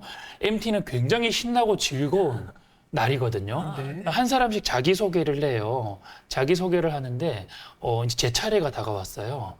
그때 제가 저를 어떻게 소개했냐면 저는 보육원 출신입니다. 제가 이 학과에 온 것은 저와 같은 환경에서 자란 아이들을 잘 돕기 위한 방법을 배우기 위해서 왔습니다. 네. 라고 저를 이렇게 소개했어요. 네. 그랬더니 분위기가 지금 분위기처럼 싸해지는 거예요. 네. 신나고 재미있는 그런 분위기를 제가 싸하게 만들었죠. 그런데 그 다음 날부터 정말 놀라운 일들이 일어났는데요. 저희 선배들이나 동기들이요. 한 명씩 저를 찾아오는 거예요. 그러면서 저에게 그렇게 이야기하더라고요. 사실 나도 부모님이 이혼하셨는데 이게 너무 상처고 아픔인데 어떻게 그 이야기를 사람들 앞에서 그렇게 당당하게 이야기할 수 있어요? 모든 사람에게는 이런 상처와 아픔이 있고 그것들을 숨기고 감추면서 살아가고 있구나. 저는 너무 감사했던 거죠. 왜냐하면 하나님을 만나기 전까지는 굉장히 수치스럽고 부끄러운 일이었는데 하나님께서 나를 보내신 곳이잖아요. 내가 선택해서 내가 결정한 일이 아니거든요. 하나님께서 허락하신 일이라면 저는 그게 굉장히 특별하고 자랑스러운 일이라고 생각해요. 그래서 그 시간을 통해서 하나님께서 우리에게 허락하신 이 모든 것들을 감사함으로 받을 때 정말 버릴 것이 없구나 라는 걸 다시 한번 좀 경험했던 시간이었던 것 같아요. 그래서 제 대학교 4년의 그 시간은 그 첫 번째 시간 덕분에 굉장히 특별하고 의미가 있었던 것 같아요. 네. 그렇게 해서 계획하신 그 꿈대로 자립 청년들을 돕는 그런 일을 그때부터 하게 되신 건가요? 네. 지금과는 방식은 달랐지만 자립준비 청년들을 계속해서 지원하고 또 후원하고 교육하는 업무들을 끊임없이 해왔었어요. 그러면서 제가 비영리 단체를 통해서 느꼈던 건 후원으로는 절대 사람을 살릴 수 없다는 걸 알게 돼요. 아이들이 후원을 받고 있을 때는 전혀 문제가 없는데 후원이 중단되는 그 순간부터 선배들이 경험하는 그 문제를 바로바로 경험하더라고요. 그래서 당시에 제가 200개 정도의 보육원을 찾아다녔어요. 그러면서 선생님과 아이들을 인터뷰를 하게 됐는데요. 인터뷰를 하면서 느꼈던 게 보육원의 핵심 키워드가 자립이더라고요. 자립을 위해서는 후원이 아니라 결국 일자리가 필요했던 거예요. 근데 당시에 저는 사업가가 아니었기 때문에 일자리를 줄 수가 없었거든요. 그래서 교회를 찾아다니면서 교회에 있는 사업가들을 많이 만났어요. 왜냐하면 이 사업가들을 통해서 아이들의 일자리를 만들려고요. 그런데 정말 감사하게도 한 6개월 정도 제가 사업가들을 만났는데 6개월 만에요. 100개가 넘는 일자리가 만들어졌어요. 교회에 계신 우리 집사님과 장로님들이요. 정말 좋은 마음으로 아이들의 일자리를 만들어 주신 거죠. 그런데요. 3개월도 채 되지 않아서 제가 두 번째 문제를 발견하게 됩니다. 어떤 문제가 있었나요? 저는 이렇게 일자리가 연결되어지면서 문제가 해결된다고 생각했거든요. 그런데 제가 연결해 주었던 100명이 넘는 아이들 중에 지금까지 남아있는 친구는 한 명도 없어요. 이 중에서 가장 오래 근무했던 친구가 3개월이었어요. 어머나. 보통 1, 2주 만에 다 나오더라고요. 왜 그럴까요? 그러니까 보통의 사람 같으면 그런가 보다 하고 멈출 수 있었겠지만 저는 또 이 문제를 해결해야 되는 사람이잖아요. 그래서 회사의 대표님과 아이들을 다시 한번 인터뷰를 했었거든요. 그런데 아이들을 인터뷰하는 게 참 어려웠어요. 왜냐하면 아이들이 그만둘 때에 거의 다 잠적을 하더라고요. 네. 그러니까 저도 연락이 안 되는 거예요. 네. 사실 그만두겠다고 이야기하고 그만둬도 되는데 잠적을 하는 경우가 참 많았어요. 그래서 아이들을 인터뷰를 어떻게 할까 고민하고 있었는데, 이럴 때 연락이 와요. 아이들이 도움이 필요하거나 본인이 좀 괜찮아졌을 때. 예, 그래서 대표님과 아이들을 인터뷰하면서 공통적인 게 있었고 개인적인 게 있었어요. 근데 이 공통적인 게 뭐였냐면 회사에서 아이들의 상황을 알았기 때문에 많은 것들을 챙겨주시고 잘해주세요. 예, 회사에서는 착한 마음, 좋은 마음을 베푸신 거잖아요. 그런데 우리 아이들은요, 이렇게 생각하더라고요. 내가 보육원 출신이라서 나를 불쌍하게 생각하나? 예. 그리고 반대로요, 일을 배우다 보면 큰 소리가 나고 혼이 날 수 있거든요. 네. 그때에도 내가 보육원 출신이라서 나를 막대하나? 그러니까요, 어떤 상황이나 어떤 순간에도 내가 보육원 출신이라서 저럴 거야. 라고 생각하는 거예요. 그러니까 우리 아이들에게는요. 자존감이. 그렇죠. 네. 굉장히 큰 상처와 아픔이 있었던 거예요. 그런데 저는 절대 이게 우리 아이들의 잘못이 아니라고 생각해요. 왜냐하면 아이들은요, 학창 시절에요, 친구로부터 학교의 교사나 혹은 이 사회로부터 굉장히 많은 차별을 경험하거든요. 그냥 아동 양육 시설을 산다라는 그 이유 하나만으로요, 끊임없는 차별과 욕설과 또 놀림을 경험해 와요. 네. 이게 전혀 회복이 되지 않은 상태에서 사회로 나오는 거예요. 그러니까 당연히 그 경험들로 인해서 내가 보육원 출신이라서 저럴 거야 라고 생각할 수밖에 없는 네. 거예요. 네. 그때 이제 제가 느꼈던 게 우리 아이들의 이 일자리도 정말 중요하지만 일자리보다 더 중요한 게 이 상처받은 마음을 회복하는 게 훨씬 더 중요하겠구나 라고 생각을 한 거예요. 그래서 저희가 이 상처받은 마음을 회복하기 위해서 식물로 사업을 시작하게 된 이유가 된 겁니다. 누구보다 또 대표님께서 아이들 마음을 잘 아실 테니까요. 네. 아이들에게 이 직업이 필요한 거는 뭐 현실적인 틀림없는 사실인데 그렇죠. 그 직업에 안착하기 위해서는 그 진짜 바닥에 있는 자존감을 회복시켜주는 게 우선인데 네. 그 식물을 이렇게 보살핌으로 해서 거꾸로 나도 귀한 존재라는 걸 이렇게 조금씩 알게 되는 그렇죠. 그런 효과가 있는 네, 거예요. 맞아요. 그러니까 녹색 식물을 매일 대하면 마음이 굉장히 평안하고 안정되거든요. 그 안정될 뿐만 아니라 계속 내가 가꾸고 기르지 않으면 자라지 않아요. 금방 죽어버리잖아요. 내가 관심과 사랑을 주는 대상이 있기 때문에 내가 받는 정서적인 회복력이 굉장히 높은 거예요. 네. 그래서 우리 아이들이 매일 식물을 대하고 가꾸면서 본인이 굉장히 소중하고 특별하다라는 걸 찾아가고 발견해 가는 것 같습니다. 뭐 대표님하고 함께 일하는 아이들은 너무 행복하겠지만 다 대표님 직장에서 일할 수가 없잖아요. 맞아요. 네. 근데 또 대표님께서 사회적 그 활동으로 네. 아이들을 자립하던 때보다 지금 더 환경이 나아질 네. 수 있는 환경을 좀 많이 만드셨다고 들었습니다. 말씀하신 것처럼 자립준비 청년들은요, 1년에 2,500명에서 3,000명씩 매년 퇴소하거든요. 와. 이게 적은 숫자는 아니에요. 네. 그래서 제가 어떻게 하면 이 문제를 더 효과적으로 해결할 수 있을까? 제가 찾고 연구하고 고민해 봤더니 결국 법과 제도가 바뀌는 게 더 많은 아이들이 이런 제도 아래서 안정적인 삶을 살아갈 수 있겠구나라는 생각이 드는 거예요. 그래서 저희가 그때부터 법과 제도를 바꾸는 역할을 그때부터 하게 됐는데요. 2018년도에 청와대에서 저희를 초청해 주시면서요. 그때 처음으로 당시에는 보호종료 아동이라고 불렀거든요.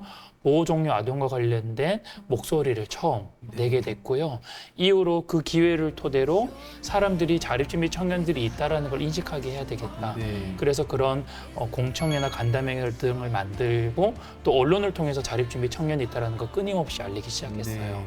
그리고 너무 감사하게도 2019년도부터 작년까지요. 저희가 만든 법을 한번 체크해 봤더니요. 고용노동부에서 2개의 법을 바꿨고요. 보건복지부에서 20개의 법과 20개의 지원 제도를 만들었더라고요. 네. 그래서 참 하나님께서 저처럼 이렇게 연약하고 미천환자를 이렇게 사용하시는구나라는 걸 정말 많이 느꼈고요. 네. 그래서 지금 바뀐 이런 많은 제도들, 많은 이런 정책들 덕분에 이전보다 자립준비 청년들의 삶이 정말 많이 나아졌어요. 그러니까 제 당시에는 자립 정착금이 100만 원이지만 이것도 권고사항이었잖아요. 네. 근데 지금은 1000만 원까지 올랐고요. 이게 의무사항으로 다 바뀌었습니다. 네. 그리고 경기도 같은 경우는 2천만 원까지 상향 조정을 했어요. 그리고 자립수당이라고 있어요. 보육원을 퇴소하고 나서 매월 5년 동안 매월 50만 원씩 지급이 됩니다. 그러면 이 정착하는 그 시간 동안 안정감을 좀 누릴 수 있겠죠. 뭐 하다못해 예. 어디 묵을 곳이라도 맞아요, 네. 맞아요. 예. 그래서 아이들이 원하기만 한다면 이제는 정부의 정책 아래서 집도 구할 수 있고요. 이런 네. 경제적인 안정까지 좀 누릴 수 있는 네, 상황까지 왔습니다. 그 네. 금액이라는 게 뭐 여전히 네. 충분한 금액이라고 보기엔 좀 많이 힘들지만 맞습니다. 그래도 그렇게 네. 많이 커진 게 너무 다행이고 맞습니다. 일단 용어 자체가 바뀐 게 너무 다행인 것 같아요. 네. 보호 종료 아동 거기서부터 약간 되게 벽이 막막함이 느껴지거든요. 맞아요. 말씀하신 것처럼 이 보호종료 아동이라는 말이요. 참 어울리지 않는 두 단어가 합성된 거거든요. 그런데 이 어울리지 않는 두 단어를 합쳐놓은 게 저희를 지칭하는 용어였거든요. 이건 어떤 걸 의미하냐면요. 그만큼 정부에서 관심이 없다라는 걸 의미하는 거예요. 네. 그래서 이 용어를 바꾸는 게 시작이 되어야 되고 그래서 이 용어의 변화들을 통해서 이제 다른 시각으로 바라볼 수 있게 되는 거죠. 그래서 이런 다양한 정책의 변화들을 끊임없이 또 만들어가는 게 하나님께서 우리 브라더스 키퍼를 만드신 목적과 이유이겠다라고 생각이 들어서 이런 변화들을 계속 만들어가고 있습니다. 네, 뭐 여러 가지 상황은 참 많이 좋아졌는데 네. 우리 아이들의 그 상처받은 마음이나 자존감 이런 거 어떻게 회복을 좀 저와 같은 혹은 다른 보육원을 퇴소한 친구들과 제가 다를 바가 전혀 없거든요. 그런데 왜 우리들의 삶은 이렇게 많이 다를까? 어떤 차이가 있을까? 한번 제가 점검을 해봤어요. 부모님이 없는 것도 같고요. 마음껏 해보고 싶었던 것들을 못 해본 것도 맞고요. 그래서 자격증이 없는 것도 맞고요. 모든 게 다 똑같더라고요. 차이점이 없는데? 그런데 딱 하나 차이점을 발견한 게 있어요. 뭐냐면요. 하나님을 아는 것과 하나님을 모르는 것. 하나지만 이게 굉장히 큰 차이를 만들어냈구나라는 생각이 들더라고요. 예. 그래서 우리 아이들에게 하나님을 전하고 하나님을 알리는 일이 그 무엇보다 정말 중요하고 필요하다라는 생각을 했는데요. 그리고 우리가 교회 안에서는 이런 복음을 전하기 위해서 끊임없이 노력해야겠지만 정부의 정책도 여전히 계속해서 변화가 필요하다고 생각해요. 실제로 자립준비 청년들의 관심은요. 이미 2년 전에 다 사그라들었습니다. 예. 아 진짜요? 확 끌어오르다가 어느 정도 관심이 이제 있게 되니까 확 줄어들었죠. 그래서 지금은 은둔형 청년에 이제 관심을 가지고 그러니까 매년 이렇게 이런 사회 문제에 대한 관심들이 많이 바뀌고 있어요. 지금 제가 노력하고 준비하고 있는 건 이 관심을 계속해서 이어지게 해야겠다. 네. 그러기 위해서는 자립준비 청년의 날이 필요하다라고 생각이 들었어요. 근데 그날이 돌아오면 그렇죠. 생각이 나고 네.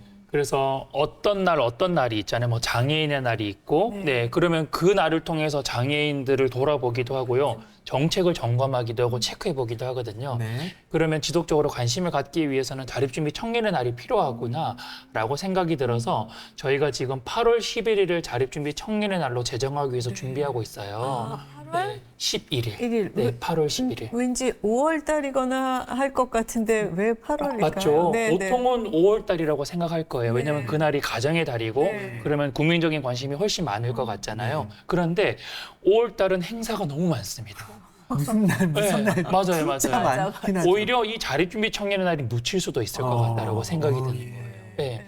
그리고 제가 8월 11일 날로 이제 생각했던 이유는요. 이 숫자에 굉장히 큰 의미를 두고 있는데요. 팔자는요. 오뚜기 모양이잖아요. 우리 자립준비 청년들에게 기회를 준다면 우리 아이들은 오뚜기처럼 일어설 수 있는 힘이 있는 친구들입니다. 좀 사람들이 아이들을 기대하는 마음으로 바라봐 줬으면 하는 그런 마음이 담겨 있고요. 또 이 10일이라는 건요. 자립은 절대 혼자 하는 게 아닙니다. 자립은 함께 하는 겁니다. 네. 라는 의미를 담고 있어요. 그래서 또 특별히 이 8월 11일을 제가 곧 책이 나오거든요. 네. 네.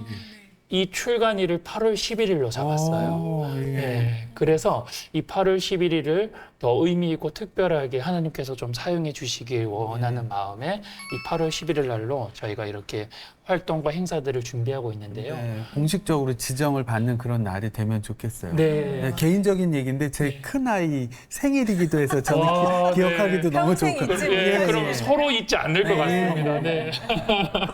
네. 진짜 너무 열심히 사셨는데 제 걱정이 되는 건 자기 몸 돌볼 여유, 시간 뭐 이런 게 거의 없으셨던 것 같은데. 몸과 머리가 쉴 새가 없으셨겠어요. 예. 저는 사실은 그렇게 쓰임 받고 하나님께서 저를 사용해 주시는 것에 저는 너무 감사했거든요. 지난 시간들을 제가 이렇게 돌아보니까요. 제가 정말 하루도 쉬어본 경험이 없더라고요.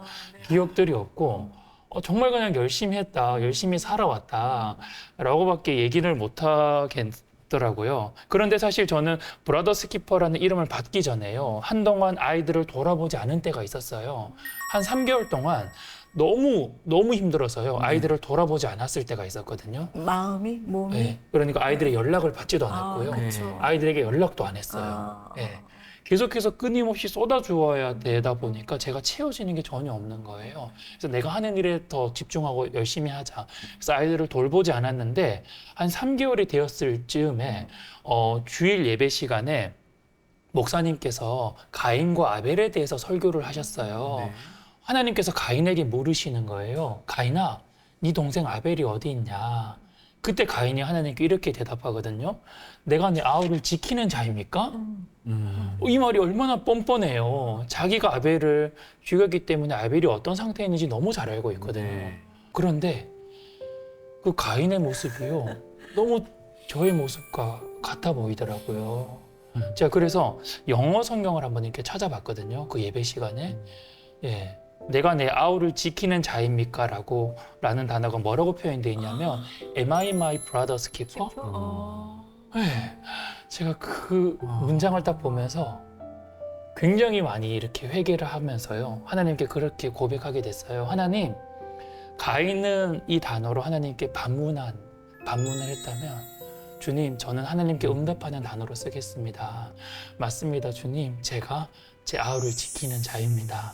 제가 어떤 일을 하든지 하나님의 일을 할 때 꼭 이 이름으로 하나님께 영광 올리는 일에 쓰겠습니다. 하고 그때 받은 그 이름을 통해서 저희 회사가 설립되었을 때에 저희 회사 이름이 된 거예요.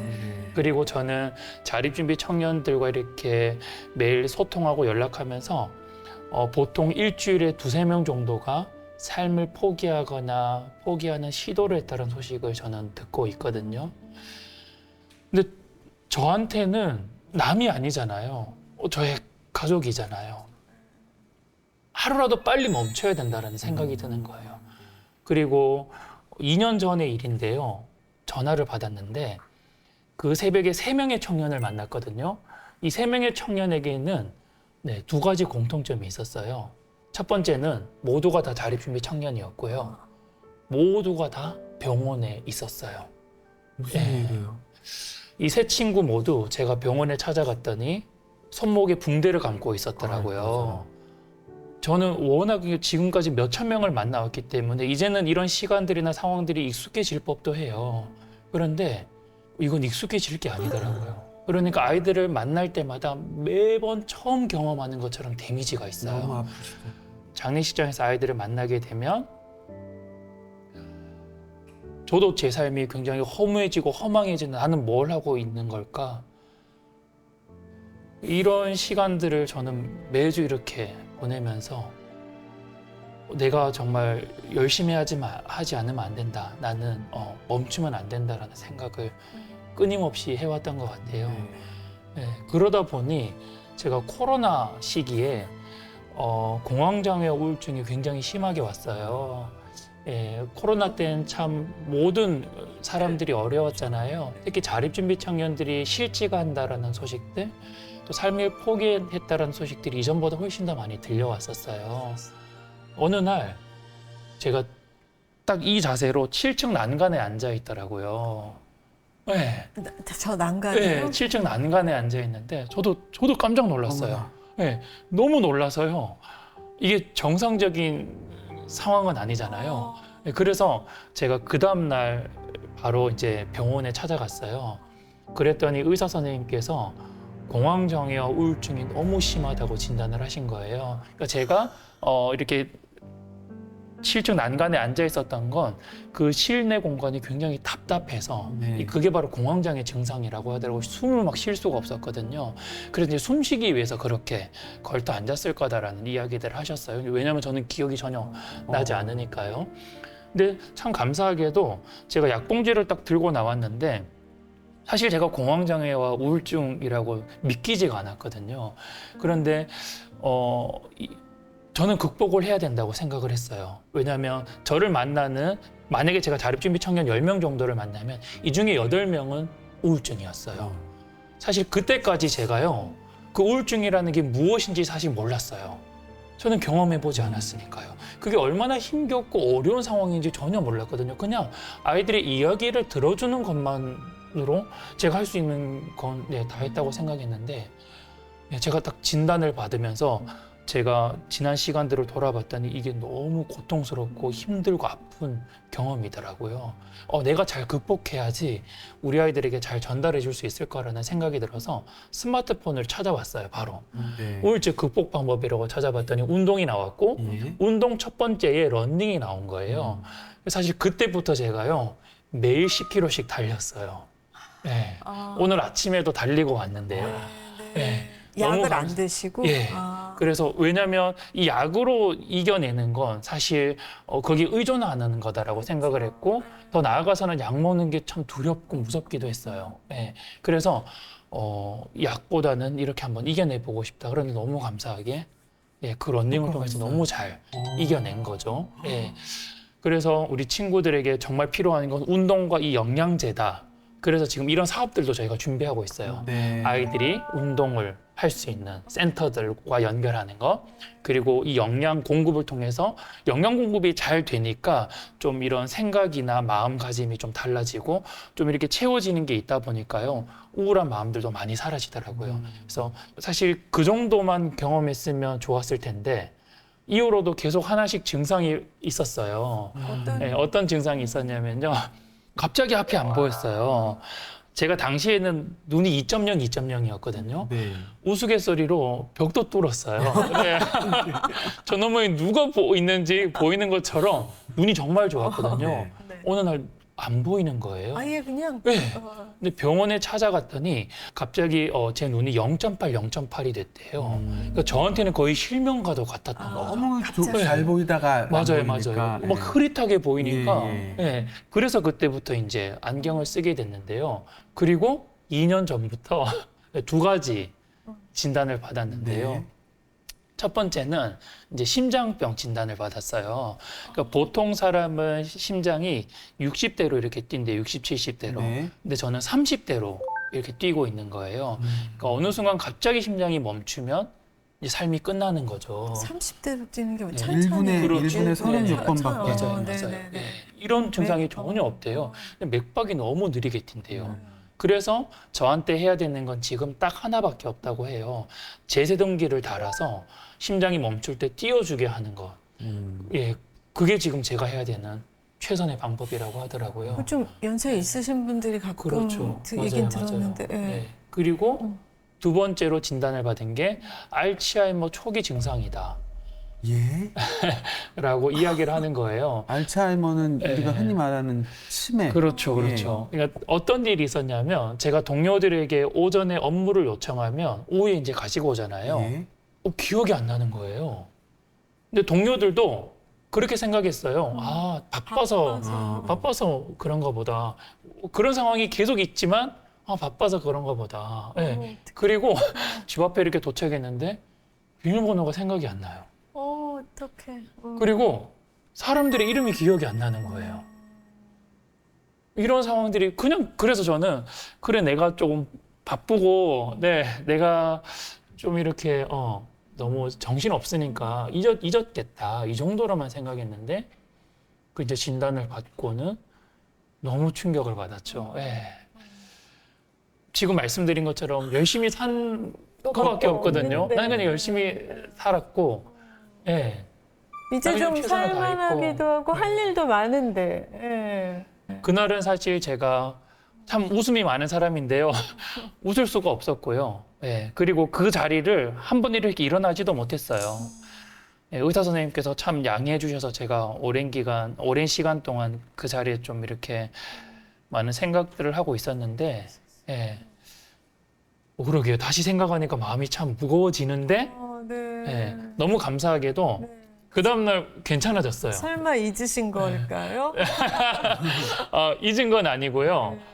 그날 오전에도 자립준비 청년회 이렇게 연락을 받았었거든요. 그러면서 이제 뭐 상담을 하면서 내 삶에 참 의미가 있다. 내가 살아왔던 지난 시간들이 우리 아이들에게 참 이렇게 특별한 의미를 또 특별한 생각을 이렇게 갖게 하는구나라고 생각을 하면서 제 삶에 참 의미가 있다라고 생각을 했거든요. 네. 그쵸. 이와 마찬가지로요. 네. 제가 보육원에서 생활했기 때문에 우리 아이들의 삶을 잘 이해할 수 있었던 것처럼 나의 이 심장병이나 이 기억을 잃는 이 알츠하이머의 증상들은 하나님께서 어쩌면 나의 지경을 넓혀주시는 걸 수도 있겠다. 그래, 내가 처음 경험해보는 이 것들, 지금 이 경험으로 고통받고 있고 이 삶으로 참 어려움을 겪는 분들의 마음을 이해할 수 있는 사람으로 또 그래서 제 삶의 영역들을 더 넓혀주실 수 있겠구나. 와. 그리고 아까 말씀드린 말씀이 있잖아요. 하나님께서 지으신 모든 것이 선함에 감사함으로 받으면 버릴 것이 없나니. 네, 그 말씀이 다시 한번 떠오르면서 너무 감사하게 그 다음 날부터 참 지금 괜찮아지게 되었어요. 네. 아니 지금 네. 그건 대표님 마음이 괜찮아진 거고 이 상황은 그래서 너무 감사하게도요. 제가 지난 1월부터 5월 말까지 안식월을 좀 가졌어요. 네. 예, 잘하셨네요. 지금 더 이상 쉬지 않으면 안 되는. 네. 그러니까 그게 최근에 진단 받으신 거예요? 맞아요. 네, 네. 작년에 진단받았는데 다행히 회사에 좋은 대표를 이렇게 세우면서 제가 지난 1월부터 쉴 수 있는 기회가 생겼거든요. 아니 그동안은 이렇게 누구 돕는 일에만 너무 집중을 하신 거잖아요. 네. 근데 이제 고난 중에 좀 누군가에게 기대고 싶은 마음도 있었을 것 같은데 어떤 귀한 인연을 또 만나신 것 같아요. 네. 사실 제가 지난 시간 돌아보면 너무 열심히만 살았어요. 그러니까요. 그냥 저는 그렇게 열심히 사는 것이 내가 하나님을 위해서 하는 거야 라고 생각했거든요. 그리고 하나님께서 싫어하지 않으실 거야. 뭐 기뻐하실 거야까지는 아니더라도 기뻐하시죠. 싫어하진 않을 거야. 네. 라고 생각했고 그래서 저는 정말 최선을 다해서 열심히 했었는데 네. 저를 돌아보지 않았던 거고 어쩌면 더 조심스럽지만 하나님보다 앞서가는 순간들도 있었겠다라는 생각이 들더라고요. 근데 마침 또 제가 코로나가 지나고 나서는 현장 예배를 계속 드리고 싶었는데 현장 예배도 거의 못 드렸어요. 네. 조심스럽지만 제가 여러 방송에 나오면서 이제 교회 가게 되면 저를 알아보시는 분들이 이렇게 있으셔서 뭔가 굉장히 불편하더라고요. 그 상황들이. 그래서 비대면으로 예배를 이렇게 드릴 수밖에 없는 상황이 있었는데 그래서 현장 예배에 대한 갈급함이 굉장히 컸었어요. 그리고 당시에 또 이사를 해야 되는 상황이었는데요. 그 시기에 하남에 있는 청년교회라는 곳에서 저를 초대해 주셨어요.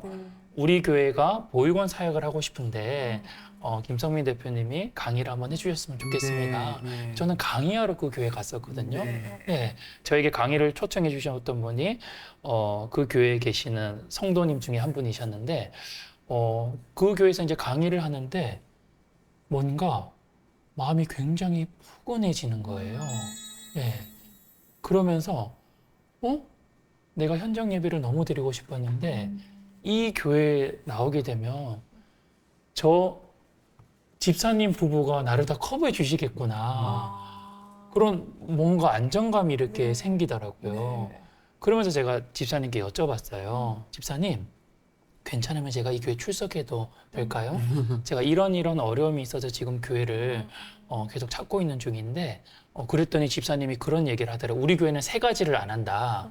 첫 번째, 직업을 물어보지 않는다. 두 번째, 나이를 물어보지 않는다. 세 번째, 가족 관계를 물어보지 않는다. 사실 이거는요. 우리가 물어본다라는 건 사실 나의 궁금증을 해결하기 위해서 물어보는 경우가 많잖아요. 그러니까 상대방에게 질문을 하면서 상대방에게 관심을 가지는 경우도 있지만 어쩌면 이 3가지 질문이 상대를 굉장히 불편하게 할 수도 있는 질문일 수 있거든요. 예. 사실 저도 이 3가지 질문 때문에 그 교회에서 사람들이 저를 알아보는 게 참 힘들었고요. 이 3가지를 안 한다고 해서 그 다음 주에 첫 출석을 했는데 그때 제가 시작부터 끝까지 눈물콧물을 펑펑 쏟았어요. 그렇게 현장 예배에 대한 갈급함이 너무 컸고 그러면서 그때부터 그 집사님 부부가 저를 케어해 주기 시작했는데요. 이사를 해야 되는데 제가 준비가 전혀 안 된 상황이었어요. 네? 너무 감사하게 그 집사님께서 제가 거처할 집을 마련해 주셨어요. 네. 그리고 제가 이 쉬어야 되는 걸 고민할 때 그 집사님이 저에게 이런 이야기를 하시더라고요. 나도 자녀가 있는데 나는 내 자녀가 더 열심히 더 최선을 다해서 무언가 이루기 원하지 않는다. 그냥 건강하고 행복하게 잘 지냈으면 좋겠다. 난 이거 하나만 원한다. 하나님도 김성민 대표에게 그걸 원하시는 게 아닐까요?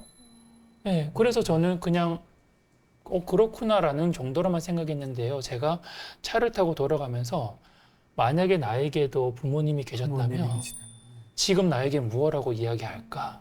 성민아, 너 더 열심히 해야 돼. 너 더 최선을 다해야 돼. 이렇게 이야기하실까? 아니면 성민아, 이제 천천히 해도 괜찮아. 멈춰도 괜찮아. 나는 너가 행복했으면 좋겠어. 쉬었으면 좋겠어. 무엇라고 이야기할까? 후자일 것 같은 거예요. 그래서 가면서 와 정말 정말 많이 눈물을 흘리면서 부모님 같은 분이 생기셨어요. 이게 하나님의 마음이고 그분이 저에게 해주셨던 그 말씀이 부모님처럼 나에게 해주셨던 말씀이구나. 그래서 지난 5개월 동안요. 제가 병원에 정기적으로 다니거든요. 지금 알츠하이머 치료를 하지 않고 있어요. 괜찮아지신 거예요? 네. 그러니까 괜찮아졌다기보다 제가 이 쉬는 기간을 통해서 사실 심장과 뇌는 너무 건강한데요. 예. 이걸 연결해주는 신경계가 완전히 고장난 상태래요. 예. 그런데 이 신경계는요, 100% 스트레스 때문이라고 하더라고요. 저는 지금까지 다행이네요. 힘들고 어려웠던 그 상황들을 경험하면서 모든 사람들이 이렇게 힘들 거야. 나만 힘든 게 아닐 거야라고 생각했지 이게 스트레스라고 생각해 보진 않았거든요. 그런데 지금까지 스트레스가 계속 쌓여왔던 거죠. 예. 사실 아기 때부터 스트레스가 쌓여있었잖아요. 전혀 저는 인지를 못했어요. 그런데 지난 5개월 동안 이렇게 쉬면서 사실 이전까지는 잠도 못 잤고요. 밥도 거의 못 먹었어요. 근데 제가 1월 달에요. 10kg가 쪘어요. 찌신 지금 10kg가 찐 상태예요. 그러니까 잠을 너무 잘 자고 밥을 너무 잘 먹은 거죠. 그 쉼을 통해서 제 몸의 밸런스들이 찾아지게 된 거예요. 혹시 키는 더 안 크셨어요? 부럽다. 이태원 시절 이후로 다시 키클 기회를 받으신 것 같은데. 아무튼 몸이 불어나서 이전에 입었던 옷이 다 맞지 않아요. 그건 있어요. 그리고 이게 스트레스가 잘 관리돼서 그런지 아직 다시 병원에 안 가고 있어요. 그래서 증상이 생길 때 다시 이제 오라고 말씀하셔서 지금은 진짜 너무 너무 감사하네요. 너무 감사하고요. 지난 5개월 동안 쉬면서 나는 무엇을 좋아할까? 나는 무엇을 잘할까? 좀 많이 생각해 보게 됐어요. 그래서 제가 글을 쓰고 강의를 하는 걸 참 좋아하더라고요. 강의하는 건 전 중에 사람들의 표정이나 그 마음가짐이 달라지는 걸 보면서 내 삶이 정말 의미가 있구나. 정말 버려진 게 아니라 하나님께서 나를 선별하시고 선택하시고 나를 훈련하신 시간이 맞구나라는 어떤 확신과 자신감이 생기더라고요. 그래서 그 2가지를 앞으로 나는 끊임없이 시도하고 도전하는 좀 삶을 살아야겠다라고 생각을 하고 있습니다. 하나님께서 대표님을 이 시간 이후 쉼과 나를 돌아보면서 어떤 기쁨과 의미 있는 일을 계획하고 계실까 기대가 됩니다. 네. 굉장히 짧지 않은 시간인데 막 때로는 너무 마음 아프면서 또 때로는 너무 기쁜 마음으로 네. 대표님 말씀을 너무 잘 들었어요. 네, 이제 저희 어메이징 그레이스 공식 질문만 남았는데요. 내가 만난 하나님, 나의 하나님은 어떤 하나님? 하나님은 보통 사람들이 하나님 아버지라고 이야기를 많이 하잖아요. 근데 저에게는 하나님 아버지라는 의미는 좀 남다른 것 같아요. 저는 기도할 때 아버지라는 말을 굉장히 많이 하거든요. 네. 아버지. 저는 아버지가 없었기 때문에 아버지라고 표현해 본 기억이 없잖아요. 경험이 없잖아요. 그런데 하나님께는 그 표현이 너무 자연스러운 것 같아요. 그리고 하나님께서 정말 나에게는 다른 어떤 사람들에게도 아버지가 되어주시지만 나에게는 정말 더욱 특별한 아버지가 되어주시는구나. 그래서 저에게는 정말 하나님은 아버지다. 나의 모든 것들을 선택하시고 결정해 주시고 그 모든 것들을 책임져 주시는, 제가 어린아이라면 아버지는 그런 존재인 거잖아요. 네. 여전히 저는 하나님 앞에서 어린아이이고 이 모든 상황들과 모든 것들을 허락하시고 책임져 주시는 분이 저에게는 아버지다. 하나님 아버지다. 네. 라고 표현하고 싶습니다. 오늘 녹화하는 이 방송이 아마 8월 10일 전후로 공개될 건데요. 이때 책도 나오시고 아까 말씀하신 자립준비 청년의 날 네네. 꼭 제정하면 좋겠습니다. 네네. 아직 확실히 된 건 아니고 아직 저희가 작년부터 제안은 하고 있지만 사실 이게 법과 제도로 바꾸는 건 쉬운 일은 아니다라고, 특별히 무슨 날을 제정하는 건 더더욱 그렇고요. 네. 그래서 이 방송을 보시는 분 중에 법과 제도를 바꾸는 역할을 할 수 있는 네. 분이나 그 자리에 계신 분은 꼭 연락을 주셔서 저희와 함께 이 노력을 해주시면 어떨까라는 생각을 해봅니다. 그러면 너무 마음이 기쁠 것 같네요. 네. 감사합니다. 대표님 통해서 오늘 저희는 그 믿음의 한 사람을 통해 하나님이 어떻게 일하시는가를 본 것 같아요. 네네. 하나님께서는 순종과 충성을 원하시지만 우리가 주님 안에서 참 평안과 쉼을 누리는 것을 또 기뻐하시는 참 아버지이심을 알게 되는 시간이었습니다. 너무 귀한 나눔을 해주셔서 감사합니다. 오늘 어메이징 그레이스는 여기까지 하겠습니다. 고맙습니다. 고맙습니다. 감사합니다.